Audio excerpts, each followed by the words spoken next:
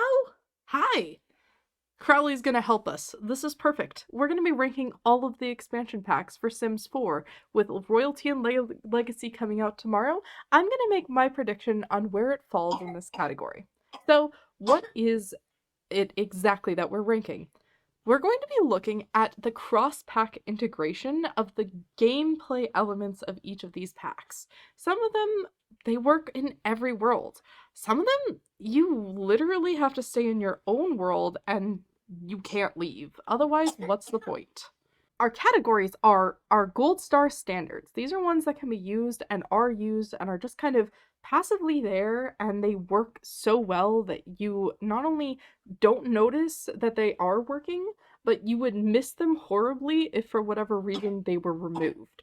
We have one of those right out the gate, but we'll get to that in a second. So, anywhere, any world is these can be used anywhere, any world. They're just not always on. You do kind of have to interact with them, or at least thank you, helicopter, for taking right now to do this. Much appreciated. Anyway, so they can be used anywhere, any world. You just kind of have to interact with them a little bit more. Next, we have it boosts the base game. So those are ones where it boosts the base game just quite literally. It either helps, like, maybe gives you better life stages, or makes those life stages more entertaining, things like that. Can't leave to use it. This is ones where it seems to lock all of the capability of the gameplay, the actual gameplay interactions, to that world, or at least it makes such a noticeable difference that that world seems the only place to be that you can use it effectively. Now, our final one. It could have been its own $20 game with base game included. Alright, well, let's hop into it then. I think that's the best thing that we can do. Small disclaimer, I'm coming at this from game design and, like, interplay, connectivity ideas and issues, as opposed to just what it offers, like build buy mode and things like that. So if it doesn't have a lot of gameplay, well, it doesn't have a lot of gameplay. Alright, so first one's first, seasons. We all know and love seasons. Yes, we do. And it absolutely, yes it does, gets the gold star standard, because this is obviously a pack that it is everywhere. It is a passively on system. You have weather, you can die from it. Like, there is a lot more flowers and herbs and things like that. There's just a lot more life that it brings to the game. It can be used in any world, and it feels really good to play with. So, I'll mention that as well. If I don't remember that a pack has a feature, a gameplay feature, that's because I don't use it, and I do not work with it very much. That generally means that it wasn't a good gameplay option, it wasn't something that I enjoyed, or it was just flat out not explained in any way that was easily found. Because I play with a lot of packs, I do try to go through pretty deep into careers and things like that, and try and test my systems that are provided to me, but if I can't find something, I can't find it. So, cat hair. Cat hair up my nose. Oh, it's up my nose. Okay, now I'm gonna cut all that out in post. Okay, next we have City Living. City Living is, of course, this one I don't think was actually next on the list of expansion releases. Some of these are a little bit out of order, but for the most part. So, City Living. Now, City Living was our really big introduction into festivals and how it was, and it's not exactly anywhere, any world. However, it did come with lifestyles and, like, being able to have better connections and stuff like that. So, there is some of that. But we're gonna go ahead and put City Living where it goes, because you can't leave to use it. So, next, get to work. Alright. These two, it kind of bounces here, because it could also be just boost base. And in fact, because really the only other interactions is like talking about your career and things like that and getting the random phone calls, so it really doesn't affect anything that much. So we're gonna go ahead and put this in boost space, because it does boost your base gameplay. Wow, I made that difficult to say, didn't I? It boosts your base gameplay. However, it's not something that you could necessarily play on just its own, but it is good enough to be a big part of adding to base gameplay. Get famous. Okay, this controversial hot take. Get Famous can go right there. It can go right there and stay. Because it literally, in my opinion, it could have been its own game. Yeah, sure, fame is kind of cool and seeing celebrities is kind of cool, but like, and yes, they can go outside of it, but you really don't interact with the awards ceremonies. You're not like part of the camera crew or acting or anything like that. You just passively gain fame from basically doing any skill. It's fine. It's not fine. It's just, it exists. So, Island Living. All right. Oh boy. Here we go. I'm about to get absolutely slammed. Ah! Okay, I love mermaids. Let me be very clear about that. I love mermaids. However, you have oceanic paradises only in Island Living when you could have had them in Tartosa. That could have been like, it could have, been different places, different areas. Even not Henford on Bagley. Oh my gosh, Windenburg. Even Windenburg could have technically had like it could have had more. Mermaids are very difficult to use outside of Sulani. There's really nothing that they can do. It's not like they can just go swimming across a whole bunch of ponds and stuff in most any other world. It just doesn't give you a lot. And then the boats, it's not like you can take the boats anywhere, like you use them there. That's it. Discover University. Now, Discover University is of course really fun because it allows you to go to college, your sim gets to go to university, and it does of course help with careers and things like this. So it definitely helps out get to work, but I would consider this not necessarily an any world anywhere thing because it actually boosts the base. Again, kind of like Get to Work. We can see the kind of same train of following there. Now, Get Together. Get Together this is where we really got like a lot of the clubs, we got better hangouts, we got being able to really have groups and stuff like that. It is an any world thing for me. You okay? I'm sorry. You want your medicine now? Okay. Get Together gave us a lot of the best ways to be able to socialize. It made sure that when we lost friendship, we lost friendship for the right reasons as opposed to it just decaying overnight. There was a lot here. It gave us a lot more ways to interact with our neighbors in a way that was not as overpowering as naps. But we'll get to that in a minute. So, I think Get Together is our first anywhere, any world. Next, we have Snowy Escape. Snowy Escape is literally the definition of can't leave to use it. Like, you have to be at Snowy Escape to do anything. Like, not just festivals, like rock climbing. They could have added rock climbing in so many more worlds, and I'm genuinely upset about this. But like, I get it. They wanted to make sure you had that. But like, they could have it so that way that there are rock climbing locations in other worlds that don't necessarily interact unless you have Snowy Escape unlocked. That is my opinion, and that's how I think a lot of these could be reworked and like melded together better. So, but that's just my opinion. So anyway, Snowy Escape goes right there with can't leave to use it. Next is Eco Lifestyle. Eco Lifestyle is one of those that's kind of like, it is technically anywhere, any world. We literally have a thing for the neighborhoods that shows you which way your neighborhood is leaning, whether it's industrial or whether it has an eco boost. So while it is technically here, and also I will say, okay, actually, yeah, I feel comfortable putting this here.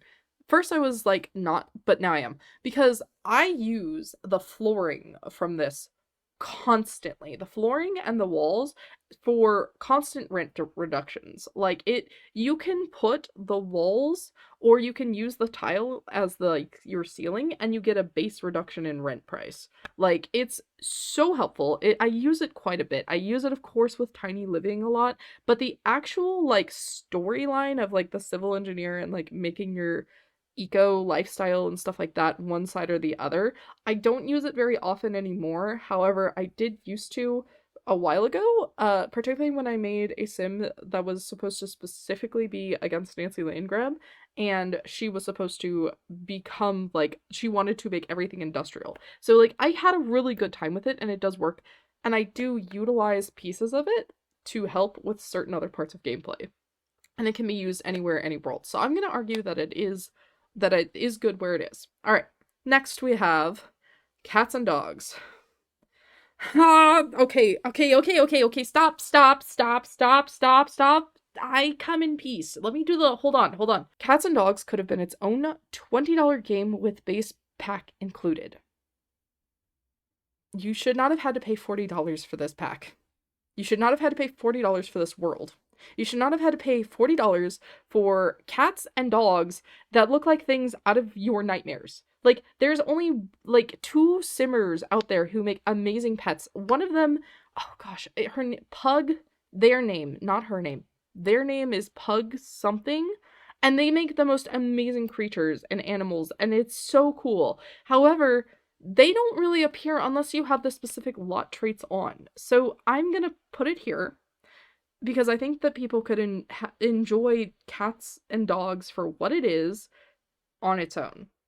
That's going to get really controversial. This is going to be a real hot take here in about 3 minutes. All right, Cottage Living.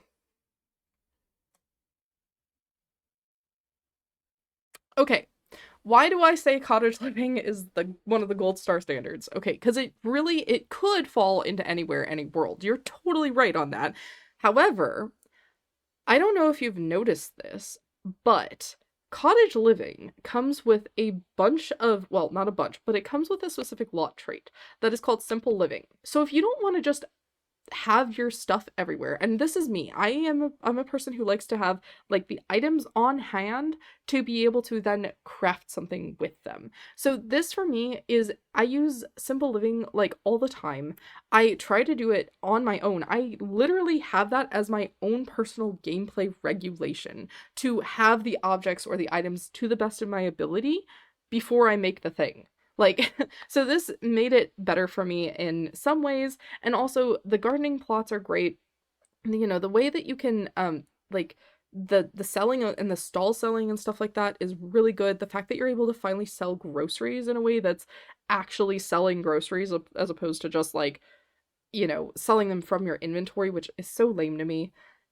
All of it is really good. So, we're gonna put Cottage Living up there. I feel like it also allowed for, it is something that you can have. Like, you have backyard chickens, you know, like, you can go to any city in the world almost, and there will be backyard chickens, you know what I mean?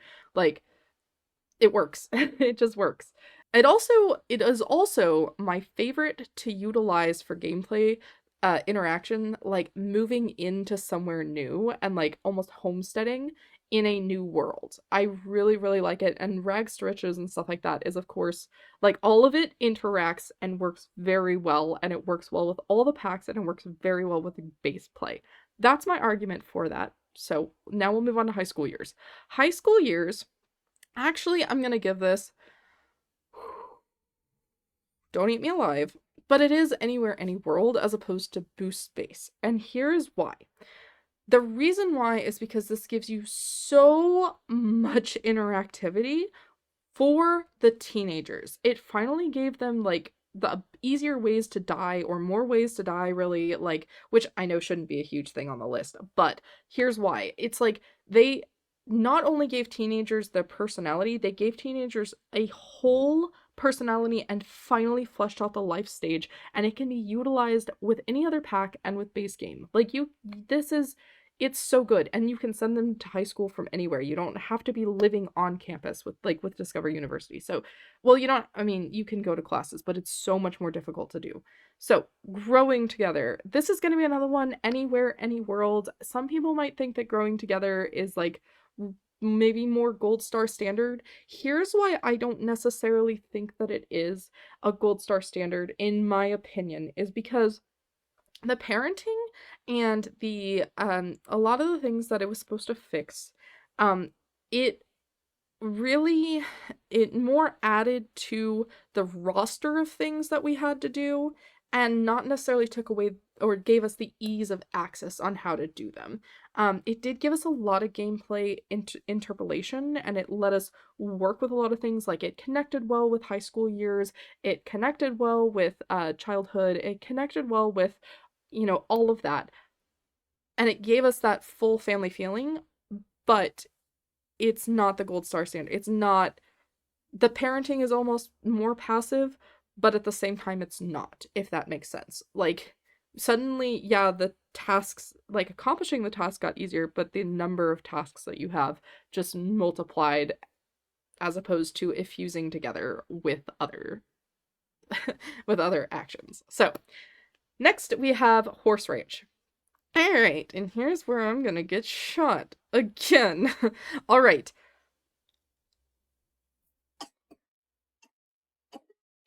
Here's the reason why I say it boosts base. Yes, it could be just its own $20 with base game included. I fully agree with you. It absolutely could be, but I am banking this entire decision on one thing. Royalty and Legacy coming out. I've already done this some with my own stuff, like with Henford and Bagley and like my Origins and like trying to do like some Legacy stuff.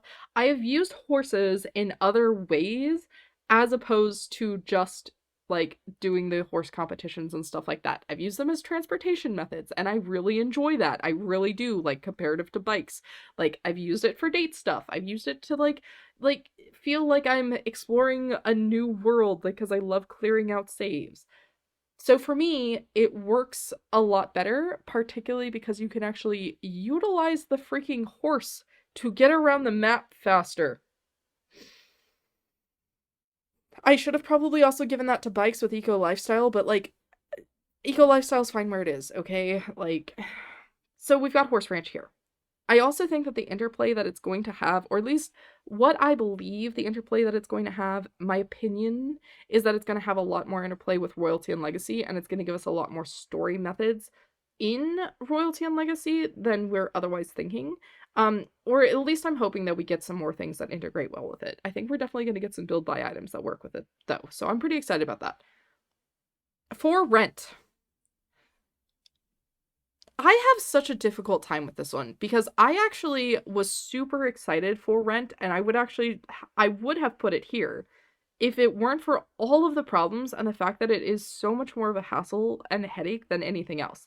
At this point, I really would just put it here. And I hate to say that because I think that the actual rental aspect and having multiple lots on one unit, as opposed to like the double units that they're coming out with Royalty and Legacy, which I'm really happy about, by the way. So I'm wondering if it'll work with it or if it'll work against it, But I think that For Rent could have been its own thing.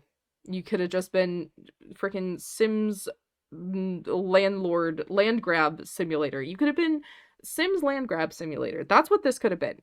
Like, and it would have been a fine game all on its own. Lovestruck. Okay. For me, this is like a huge thing. I think that Lovestruck works incredibly well. It is so gameplay focused for me. I use romance constantly. It is a huge thing. It's one of the challenges that I wrote. Like, I literally use this in everything. I love seeing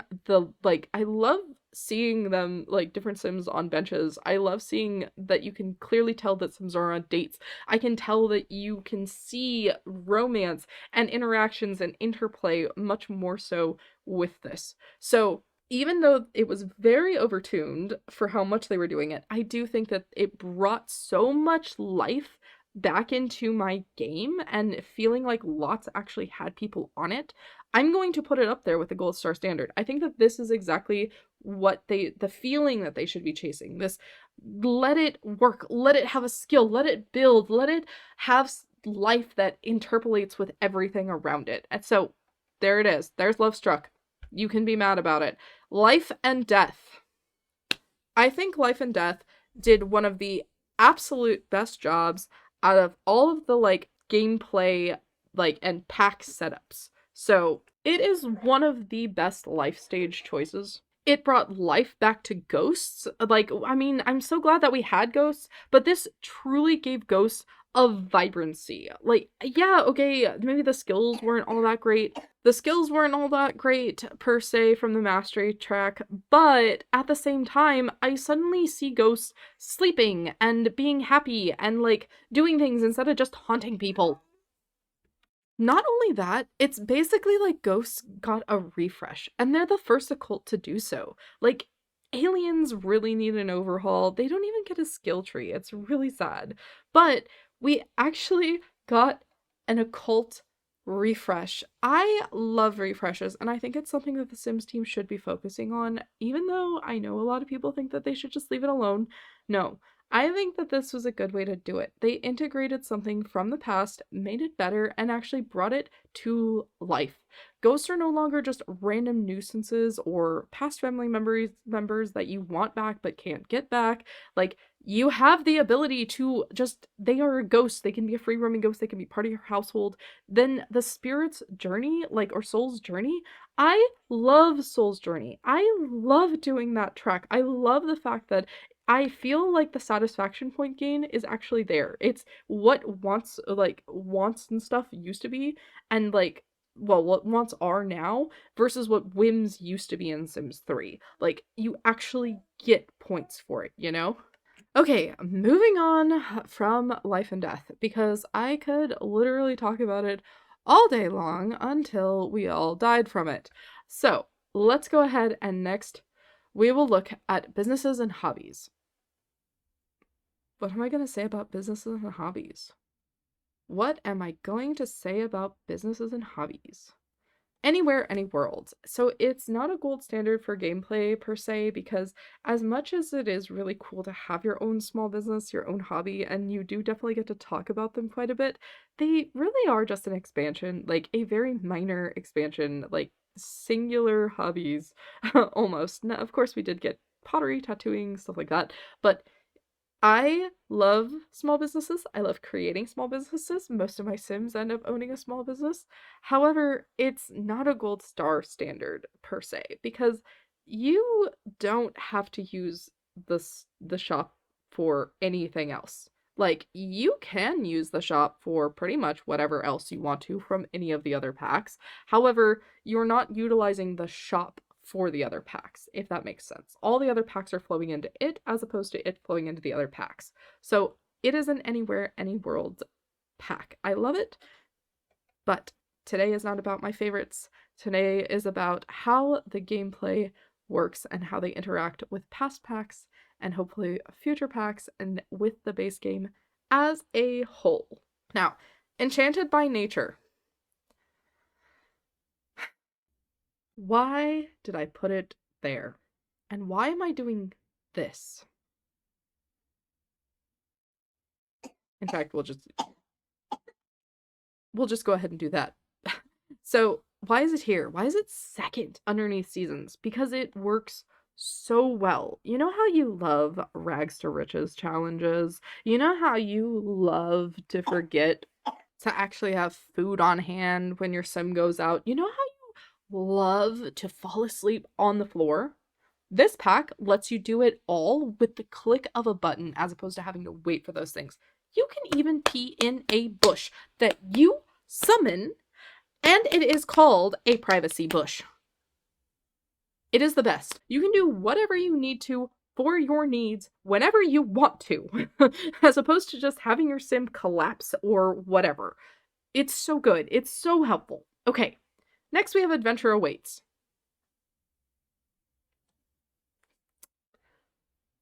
I don't care about the competitions enough. I just do not care. I've tried them. I don't care about the competitions enough. I don't care about entomology enough. It wasn't even entomology. It was just like butterflies and moths. Like, terrible. It, like, give me cockroaches again. Give me the freaking Japanese water beetles from Sims 3. Give me all the weird little critters. Like, it wasn't entomology. I don't care what anyone has to say. Paper crafting is cool. Paper crafting is very cool. The origami stuff, very neat.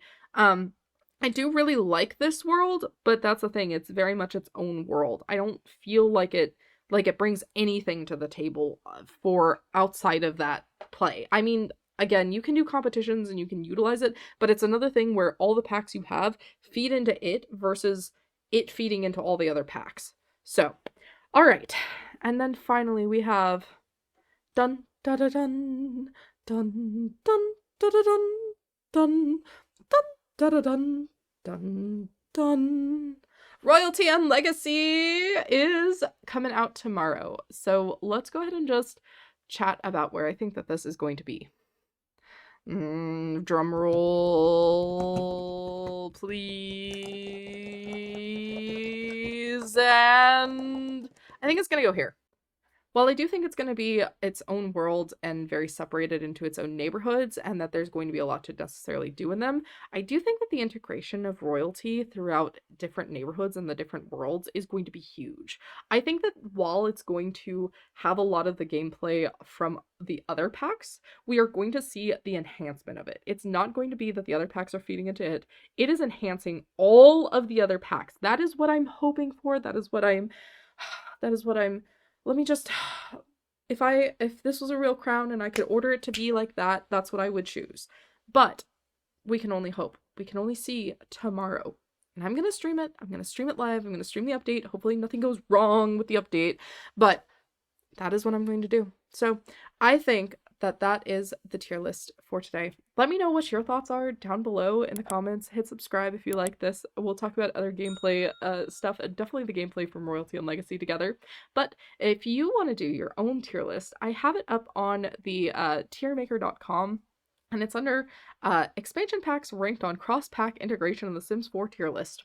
I will link it down below in the comments or in my description. Maybe both. Might do both, actually. But either way, I hope that you guys have a great rest of your day. Just a few short hours until Royalty and Legacy is here. And you can join the countdown with me until, you know, probably around noon tomorrow. But, well, as my crown says goodbye, I will say goodbye to you. And that is AJ out.